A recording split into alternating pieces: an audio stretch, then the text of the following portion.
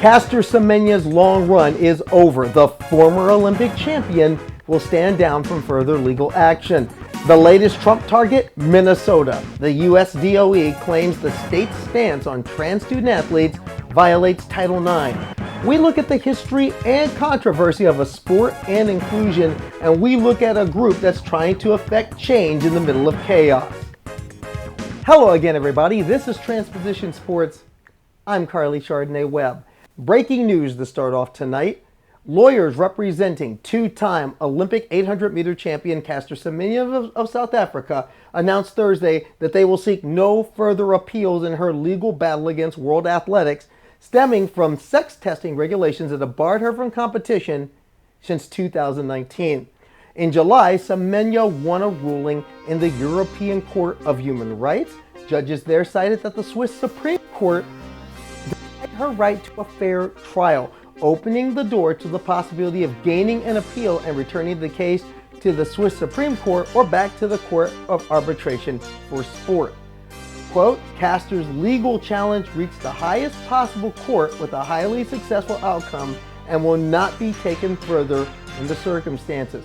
Direct quote from Patrick Blatcher, one of Semenya's lawyers, who wrote that in an email to the Associated Press on Thursday. For Semenya, this ends a long era of struggle that dates back to her first World Championship appearance in 2009. She won the 800-meter world title as an 18-year-old and was subject to scrutiny in the press because of her ability and her muscular build. That began a decade of courtrooms and controversy in standing up for her rights while also being a standard bearer in her event. She won Olympic championships at London in 2012 and repeated in Rio in 2016, and it was the repeat victory that was the apex of her on-track career and the escalation of the legal fight since. The entire podium in that event that year, gold winner Semenya, silver medalist Francine Niyonsaba of Burundi, and the bronze medal winner Margaret Wambui of Kenya were all subjects of speculation regarding what World Athletics terms differences in sexual development. In response, World Athletics instituted what some have dubbed the Caster Semenya rule, mandating testosterone limits for all female competitors in races from 400 meters to 1 mile. Today, 34-year-old Semenya has turned to coaching athletes. Her career, along with Niyonsaba and Wambui, were largely ended by the World Athletics regulations. Those regulations were also made more restrictive in 2023, and most recently with the administration of mandatory sex testing, which started at the most recent World Athletics Championships. Such testing, despite concerns that the mechanisms that are used in that testing are erroneous for this purpose, are also being considered or enacted by other governing bodies in other sports. The Trump administration added another state to its list of states it's targeting for upholding the rights of trans youth in schools. The U.S. Department of Education asserted that the Minnesota Department of Education and the Minnesota High School Sports League are both in violation of Title IX for allowing transgender girls to compete in girls' high school sports. The DOC said that the MHSL must revise their policy in the next 10 days or, quote, risk imminent enforcement action. The MHSL, the state governing body for high school athletics in Minnesota, stated previously that their regulations enacted in 2015 are in line with the Minnesota Human Rights Act. The administration put Minnesota on notice in April with announcing an investigation and further penalties pertaining to the issue. The response of the state was a preemptive lawsuit filed by Minnesota Attorney General Keith Ellison, and back then he had this to say.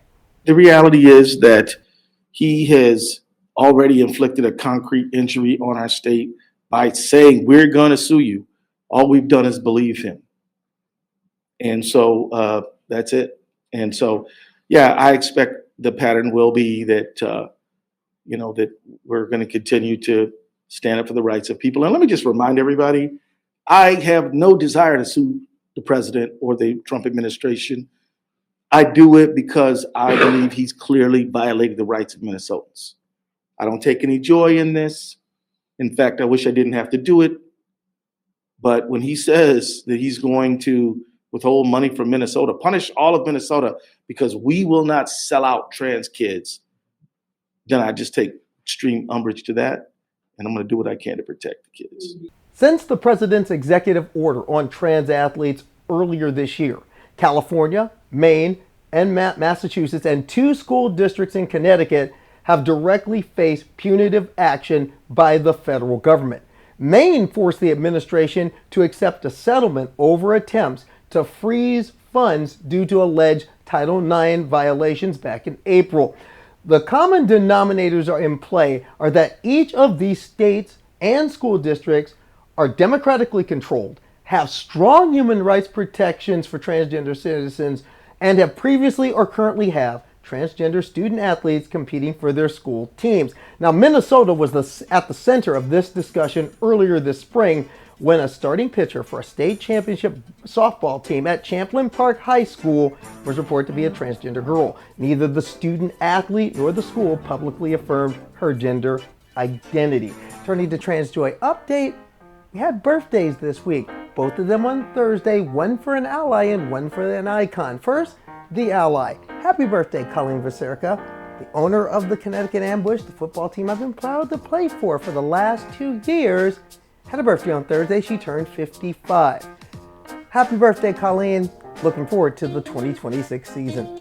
And an icon, Valentina Petrillo, Italian para-athlete, championed the first transgender woman to compete in a Paralympic Games, second transgender athlete overall to compete in the Paralympics. She qualified for the Paris Paralympics last year at the 200 meters and 400 meters, made the semifinals in both. Her birthday was Thursday. She turns 52, and she says she's not done. She has her sights set on LA 2028. And after she made history last year, she joined us here at Transposition Sports. You've been pushing for this moment since 2018. Was there ever a point between then and now that you thought, Valentina, this is not going to happen? Was there ever a point where you doubted that you would have gotten to Paris? Ok, dice che hai lavorato su questo obiettivo fin dal 2018. C'è stato un momento in cui hai pensato, Valentina, non ce la farai e questo non avverrà e che non saresti arrivata a Parigi? E poi Sì. prima di andare a Tokyo, scusa, sì. Sì, in pratica tutti i giorni pensavo questo, in realtà ho realizzato che sarei andata a Parigi solo quando ero sull'aereo. This is crazy. She has thought that she was not going to make it up until the very last day, up until the time that she was on the plane for Paris. That's amazing. Did I hear that right? You left for Paris still thinking this could still get taken from me. Quando sei partita per Parigi pensavi ancora che poteva succedere qualcosa che te l'avrebbe fatta, eh? Sì. Yeah. She was still doubting it. Yeah. No, in realtà non sono mai, in realtà appunto, tornando alla domanda di prima, non ho mai realizzato. All along, she was waiting, fearing that something was going to happen and that was going to prevent her from running. And so she didn't realize the whole thing was happening, and she's not realizing it either now. So it's still, like that famous dream come true. L'ho sempre avuto. I was in tears when you entered the track for your first race. I was watching. I got up at 4 a.m. to watch it. And I was in tears because you were there. You finally got there. And that's all I could think was like, she got there. I woke up my neighbors screaming and crying, just happy because it was happening. One thing I want to... Okay, let me translate that. Dice che si è svegliata alle 4 di mattina per vedere la tua gara, ha svegliato anche tutti i vicini, i suoi amici del vicinato e stava piangendo perché era commossa, dice guarda, vedi, ce l'ha fatta, c'è arrivata e quindi... E tu sai, E tu sai, Carli, come si dice? E tu sai cosa vuol dire esserci arrivati? Carley, sì. And you know what it means to arrive there at that point. Yes. Yes. It's Too. incredible. Right. Well, how did other athletes, other competitors receive you? Come ti hanno ricevuto gli altri atleti, i tuoi competitor? Allora, diciamo che non mi So hanno most ricevuto athletes, most e competitors, actually fatta all of them, eccezione except for per la one, they didn't ragazza relate to Valentina iraniana, at all. Mhm. There was che è one stata molto Iranian carina sia athlete prima della gara, who was durante la gara, nel very senso nice al to room, her, nei both momenti in prima di the entrare call in pista room per fare before, pre after gareggiare the e sia race, dopo, and anche also nelle in sue the dichiarazioni. declarations that Quindi she has given to the newspapers purtroppo and the non press. ho, non So si riesce a she legare was really nice. tantissimo né At nel the Olympic villaggio Village, was not easy olimpico to né connect with nei other momenti people, della gara, but this però con Iranian lei c'è stato qualcosa runner di was really, really good. particolare, So she wants to thank l'apprezzo e her la for ringrazio being so open per l'affetto che mi ha towards her. dimostrato. Right now, I'm showing our viewers a very special picture. Mm. It was a picture of you after your race hugging your son, who was in the stands. Sì. Quando hai abbracciato Lorenzo. What did that moment mean to you? I know it was right after the race, and I could see the disappointment in your face, but at that moment, Mhm. what Vuole did that sapere mean to you just to hug your son? Tantissimo, tantissimo perché ehm, se c'è una rinuncia che ho fatto è stato proprio togliere, è stato lui che ha fatto delle rinunce inconsapevolmente, perché le ha dovute accettare, e quindi mi sentivo in dovere con mio figlio di restituirgli qualcosa, anche se comunque il tempo non glielo potrò restituire, però per me che lui sia venuto allo stadio è importante, perché comunque ha capito il papà perché tutti questi anni diciamo l'ha messo in secondo piano, e perché tante volte lui mi diceva: papi, non andare a fare allenamenti, e io dicevo: no Lorenzo, devo andare. E quindi quel momento è importante perché io mi sono liberata, tanto è vero che io in quel momento sto piangendo a dirotto. Mm. E ho continuato poi a piangere per ore. Mm. Perché io sapevo che lì erano finite le mie Paralimpiadi, perché sapevo che comunque nei 400 avevo più chance che nei 200, e quindi è un momento importante, cioè brava Carley che ha individuato questa cosa molto importante. Sì. So she's saying that her son actually over the years has given up many things because the situation asked for many sacrifices, not only to Valentina but also to him, and she's not going to be able to give him back the time this time that has passed, but the fact of being there for him was very important, and of course was very important for her that he was there, because finally her son could understand why she's been training all these years, but she was always going to train, and he could have understand that what the result of this whole thing was. And so during that moment she says that you did nicely to pull up this picture, because it's a very important moment, and in that moment she was crying very strongly, and she kept crying for the next few hours. So it's been an important moment for her and her son. When we come back to Transposition Sports, inclusion in endurance sports, we're going to take a look at the history, and we're going to talk to an athlete who's part of an effort to keep sports inclusive even through restrictions and bans. That and more to come. I'm Carly Chardonnay-Webb. This is Transposition Sports. Stay with us.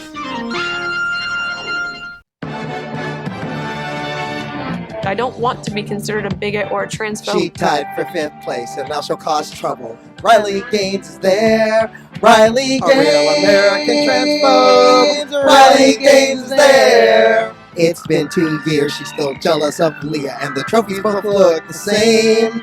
Showed her transphobic ass for all to see, and Leah Thomas lives in her head rent-free. Riley Gaines, a real American transphobe. Riley Gaines is there. Riley Gaines is the mouthpiece of conservative America's anti-transgender special mission force. Her purpose? Help take rights away from transgender Americans, all because she finished 5th at NCAA's and became a spoil sport loser.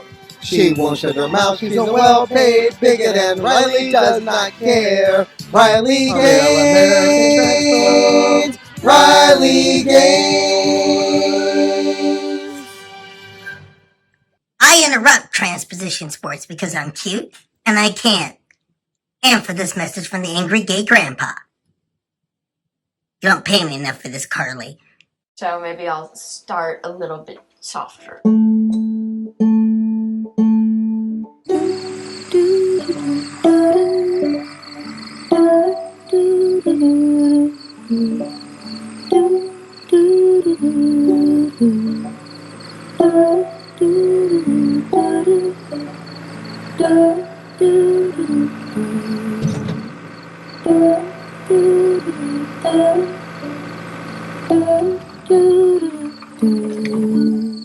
This little light of mine, I'm gonna let it shine. This little light of mine.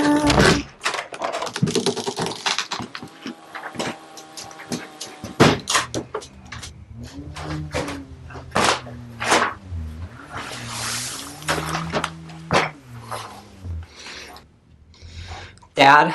Before you say anything, I just want to apologize for what I said this morning. I've been doing a lot of thinking. If you want to change your name, if you want to wear a dress. It's a skirt, Dad. Skirt? I don't know the kind of support you need, but let's get you some for all this transgender stuff. Wait. Are you serious?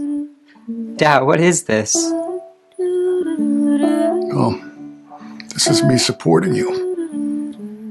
This is me saying I love you. This is me not losing you.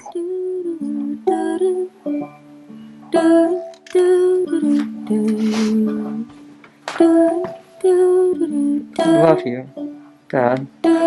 Love you. Holly.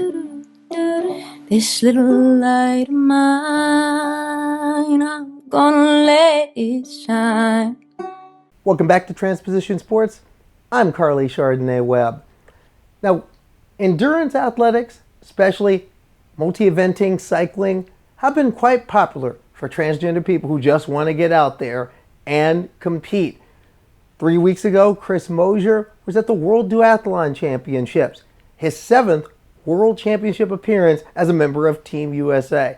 And of course, cycling in recent years has seen a number of trans people hit the roads, hit the cyclocross, and a few have hit the podiums.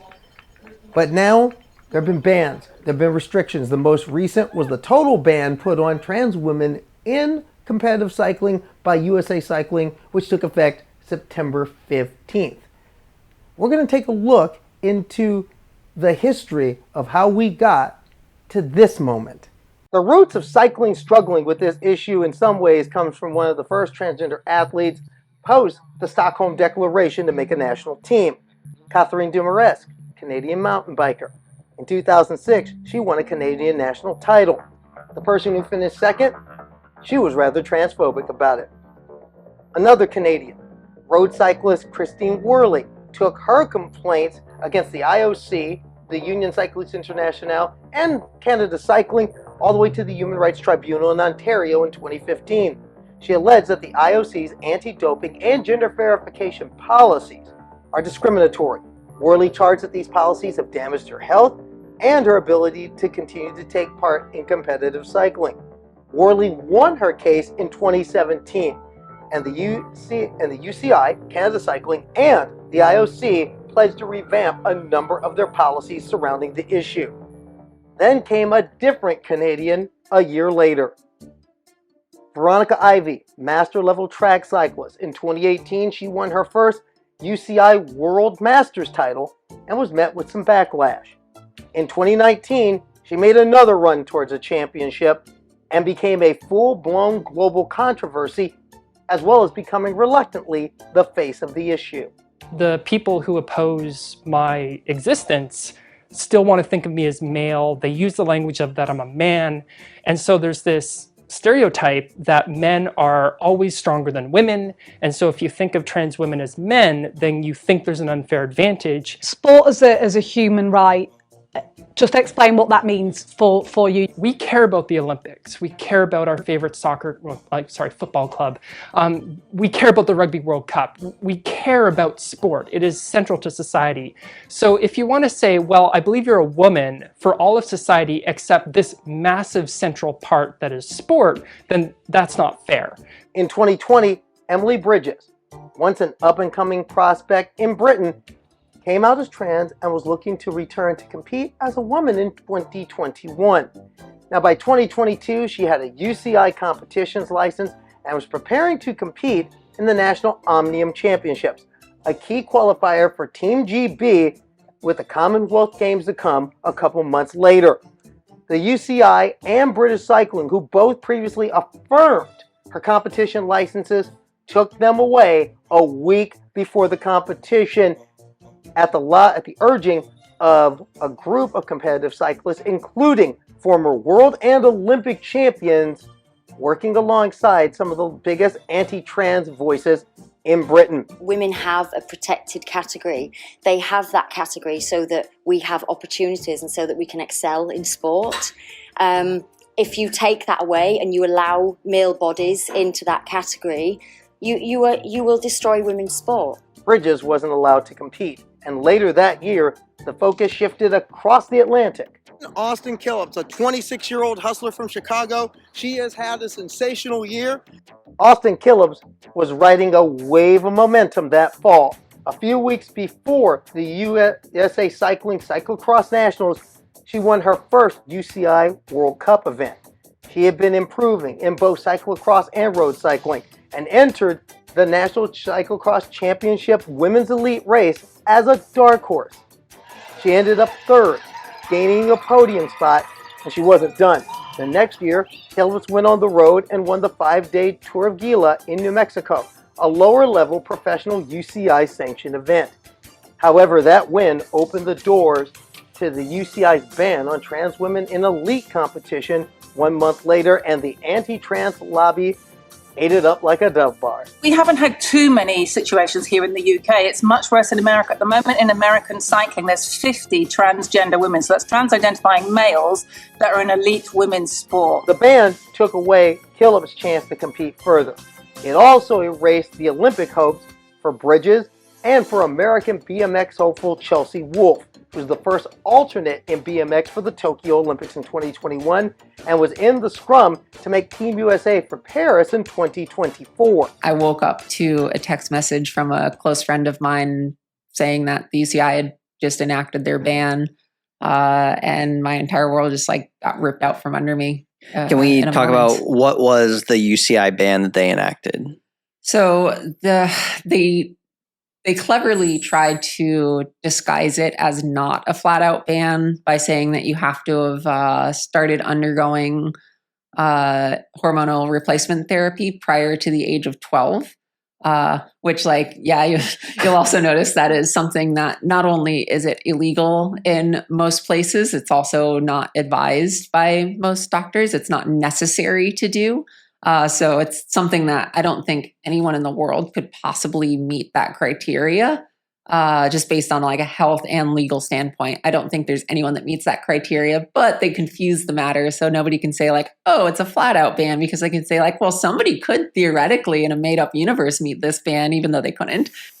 With a stroke of my pen on day one, we're going to stop the transgender lunacy. The election of Donald Trump as President of the United States ushered in a massive rollback in trans rights, including the February 5th executive order calling for a total ban on transgender girls and women in girls and women's sports. The United States Olympic and Paralympic Committee stated that they will comply with the executive order in a statement they made in June and urged all governing bodies under their ages to follow suit.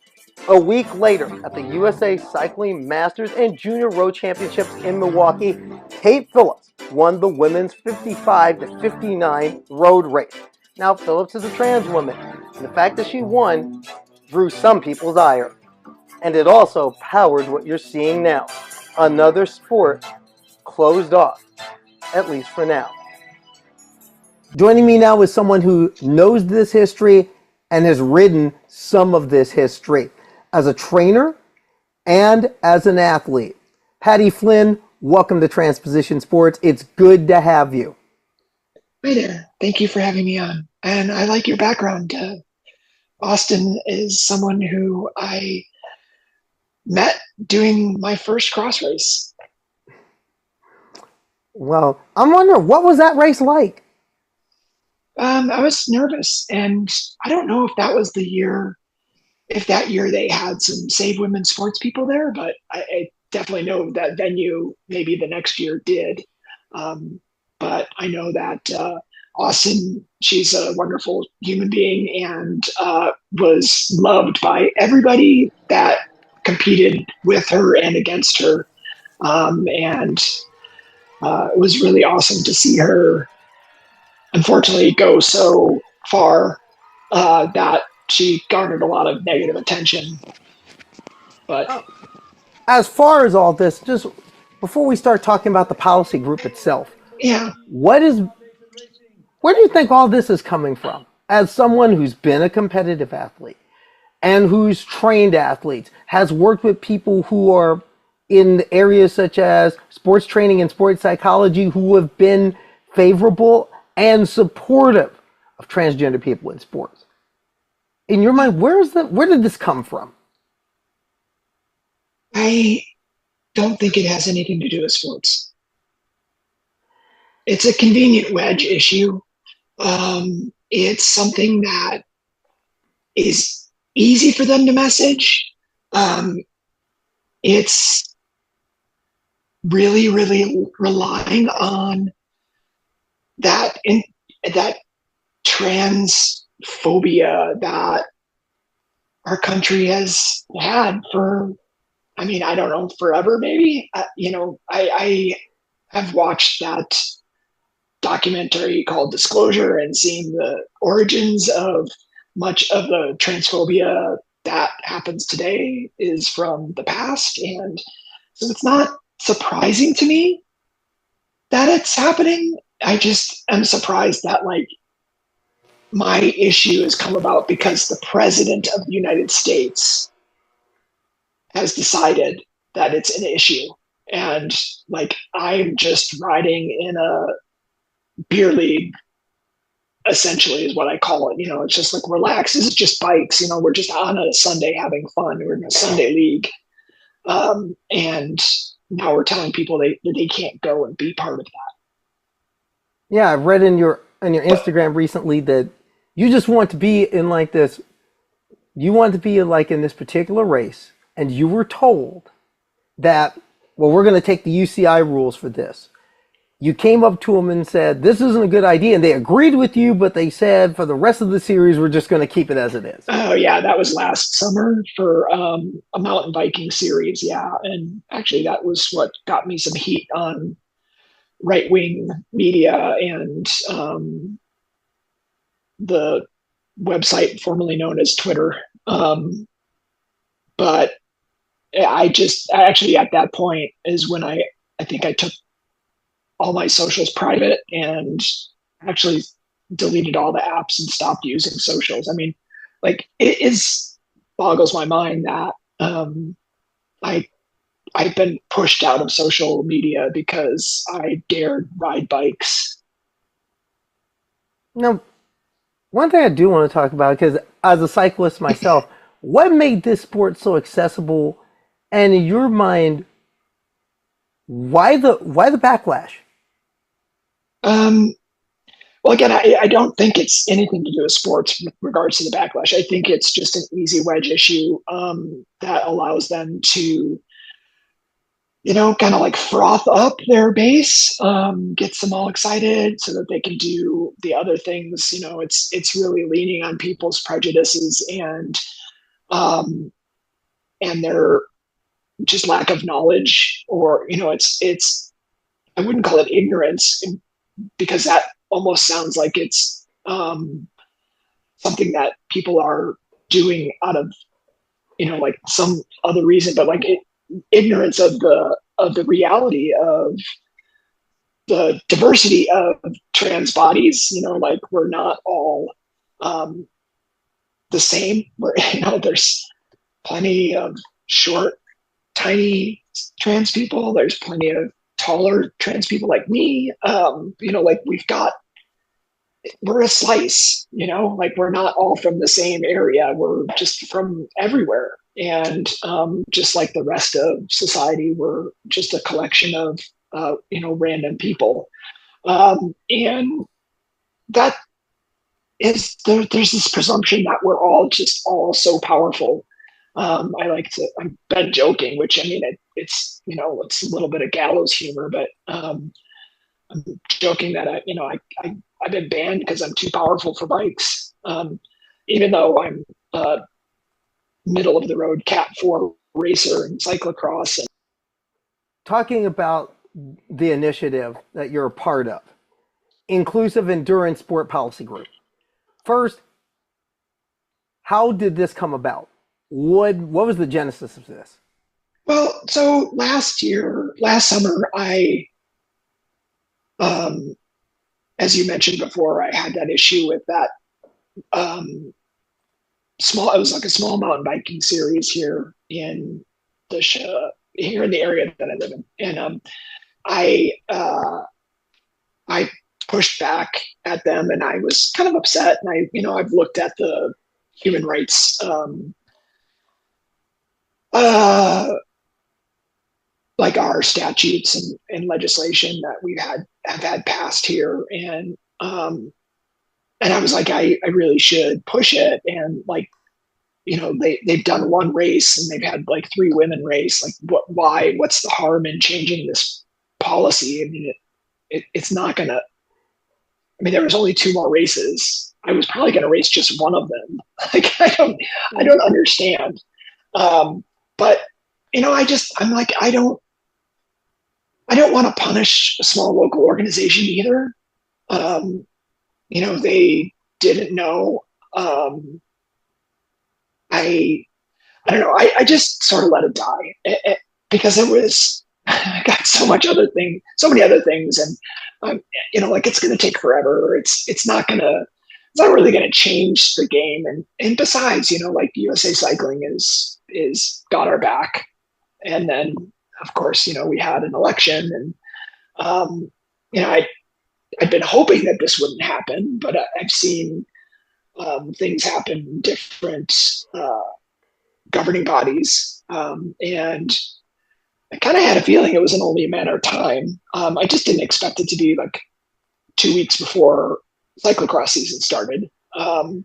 And so September 2nd, when that all went down, I was beside myself. I mean, like I've been training, I mean, not very well because it's been a rough year for a lot of us.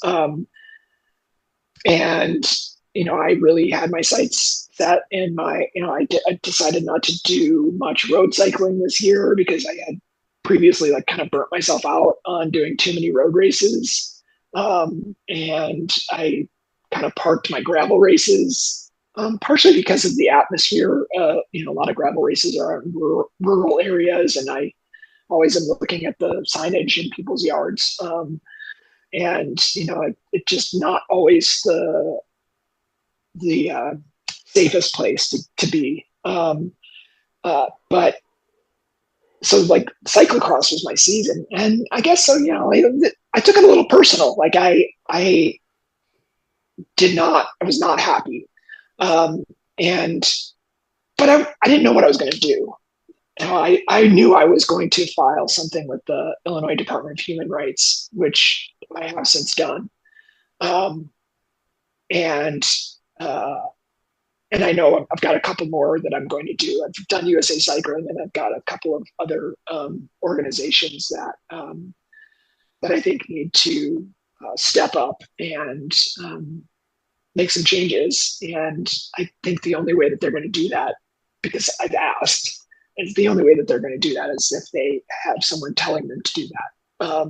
And that's not me. So it's kind of funny.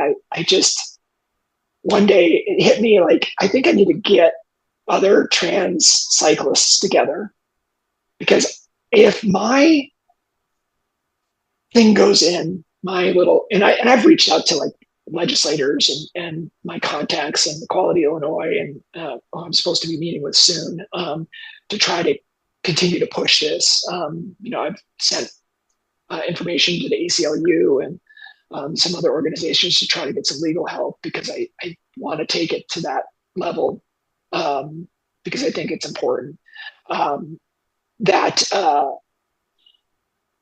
But to bring other people in, there's a lot of other states that have these similar human rights statutes. And so I want other cyclists, and I've been working with them now, to look at their state's human rights statutes, determine if it's something that they can do. If there's, like, most of these places will have a PDF form or some sort of online way to file your complaint, and to start sending these in and getting these moving forward, and putting some pressure on USA Cycling to, at the very least, realize that their policy is in violation of human rights statutes in many states, and recognize that and alter their regulations to comply with the state.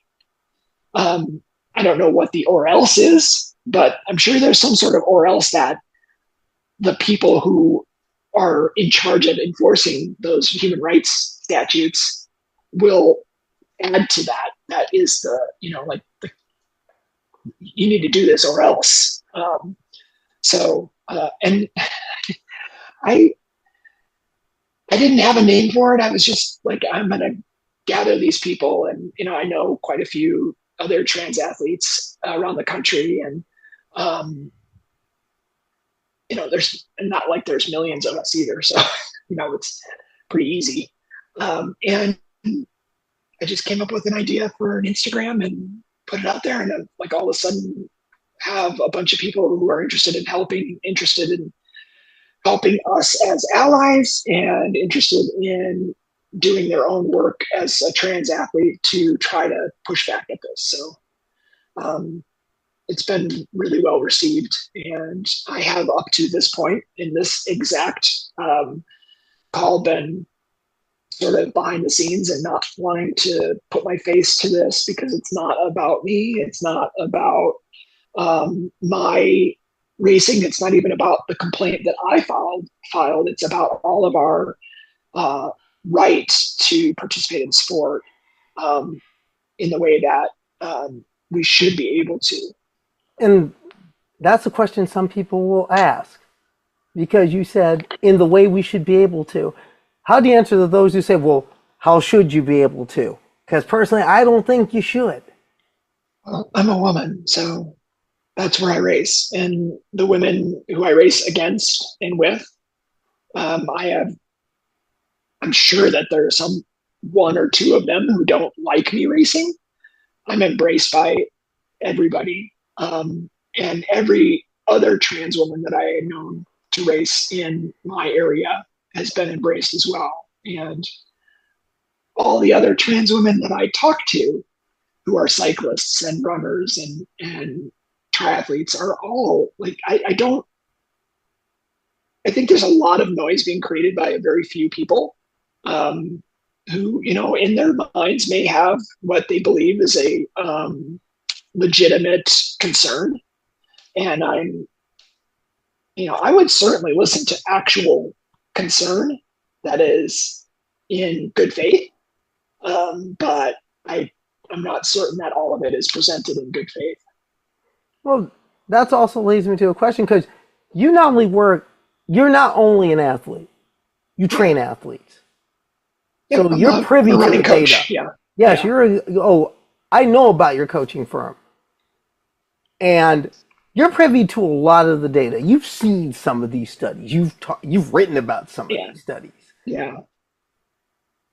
Where is the disconnect between what more and more studies are showing, which point to inclusion, and what the average person, and I'm just going to talk within the sport, what the average person who shows up with a bib number knows about this? In your mind, where's the disconnect here? Well, so I think that there's a lot of emphasis being put on like this person winning is taking away my win, which, like I understand. But I don't see like, and again, I totally think that if a trans woman is competing and is able to win, she should be able to win without any like hassle.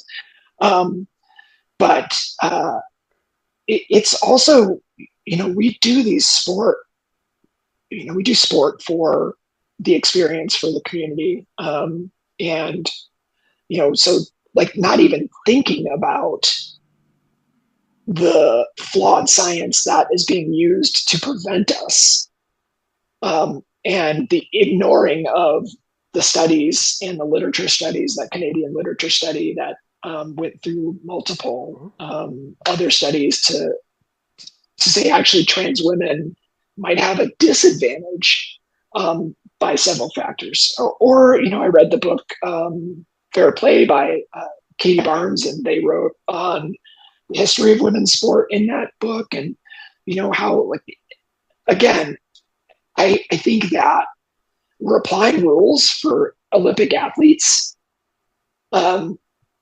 These are these governing bodies are pipelines for the Olympic programs, and they're making these decisions and just spreading this policy across every single person down to a Cat 5 novice racer. So, like if I was just coming along and I was just going to start, now I can't do anything. I can't compete unless I'm going to race in a men's race. It just doesn't make any sense. I just don't. I don't. Even back before transition, I didn't necessarily like racing in the men's races on a bike. But the other part of, especially with cycling, is that cycling has a categorization system. It's Cat 5, Cat 4, Cat 3, Cat 2, Cat 1. You just move up until you can't move up anymore. Mm-hmm. And that is like, so you should always be cycling with people who are in your range of ability. So there's not going to be a trans woman who's going to come and just clean up Cat 4 year after year, because it won't happen, because that can't happen. So you have a couple of wins, you get moved up. Exit question. How do you find the joy to keep writing and keep racing and keep training and encourage others to do the same in these times? I mean, I'm not going to lie, it's been really hard. I mean, I have not had much joy in it. It's been a rough year overall. I've used bikes to escape, because it's an opportunity for me to not have to look at my phone, not be tempted to scroll for more bad news.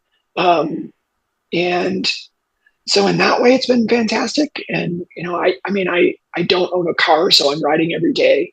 And, my current race is how fast can I get to work without endangering myself on city streets. But even that little respite of time that I get to be on a bike, the run training that I do with my running groups, hanging out with my friends who I consider community from, that I've gathered through my years living here, including my best friend who I met at a run after I just relatively new to this area, and being able to cherish all those personal connections and community that I have found, that has helped me because they're good people that are really trying to help me and help me like get through this. I know that feeling, and we're going to keep tabs on how this working group works through things. And yeah. Also, we're going to let people know how if you are an endurance athlete yourself, or you're just interested and you want to know more, we're also going to put how to get in touch in the comment section here. But Patty, thank you for being on Transposition Sports this week. Thank you for having me. Thanks again to Patty Flynn for being a part of Transposition Sports tonight. And if you want to know more about the Inclusive Endurance Sports Working Group, head down to the comments. We have a link waiting just for you. On Carly's commentary tonight, who will take up the mantle of Caster Semenya? We reported earlier that Semenya, the two-time Olympic champion, is standing down on her legal fight against World Athletics. Now, she's not been the first to fight for her right to compete and not be demeaned. Female athletes have been suspect as long as women have been allowed to be in sports. Michael Waters wrote about this at length in his brilliant book, The Other Olympians, which discussed the beginnings of this misogynistic run, starting with the rise of Avery Brundage, sexist, misogynist, racist, who became all things Olympic for over 40 years, and all the way to the naked parades of the 1960s, and to the sex testing that we thought went away, but is back now. Who will be the next to take the torch? Some would say it could be Amani Khalif. The Algerian boxer won an Olympic gold medal in Paris last year, or Lin Yuting, her Taiwanese counterpart, who also won an Olympic gold medal last year. Both of them were put through the ringer by people who tried to transvestigate them, demean them, harm them, question their womanhood, and subject them to scrutiny I don't think anyone would want for anybody. And it's maddening that we may be going back to those times and seeing more of it in the times ahead. Perhaps maybe a Leah Thomas or a Cece Telfer will take up the fight as well. Now granted, Caster Semenya, she is not trans, assigned female at birth.